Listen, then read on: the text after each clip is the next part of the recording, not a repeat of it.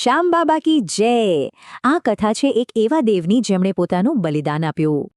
એક યોદ્ધાએ યુદ્ધ પહેલા જ પોતાનું માથું કાપી આપ્યું, પણ શા માટે? એ હતા મહાન યોદ્ધા ભીમના પૌત્ર બર્બરિક।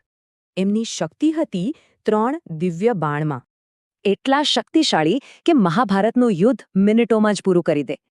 પણ એમનું એક વચન હતું, હું હંમેશા હારતી બાજુનો સાથ આપીશ।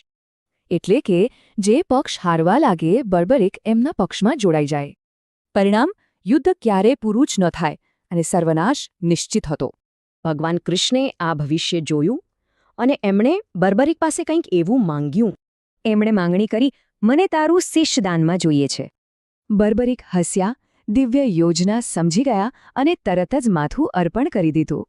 આ હતું ભક્તિનું શ્રેષ્ઠ બલિદાન અને એ જ ક્ષણે બર્બરિક અમર બની ગયા। પ્રસન્ન થઈને કૃષ્ણએ વરદાન આપ્યું, કલિયુગમાં તારી પૂજા મારા શ્યામ નામે થશે।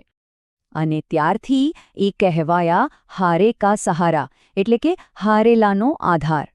એમનું શેષ યુદ્ધનું સાક્ષી બન્યું અને આજે લાખો લોકો એમને શ્યામ બાબા તરીકે પૂજે છે। જે યોદ્ધાએ વિજયનો ત્યાગ કર્યો એ ભગવાન બન્યા। આ જ શીખવે છે કે સૌથી મોટી શક્તિ બલિદાનમાં છે। આ કથા ગમી હોય તો શેર કરજો અને આવી જ વાર્તાઓ માટે અમને લાઇક અને સબસ્ક્રાઇબ કરો। શ્યામ બાબા કી જય।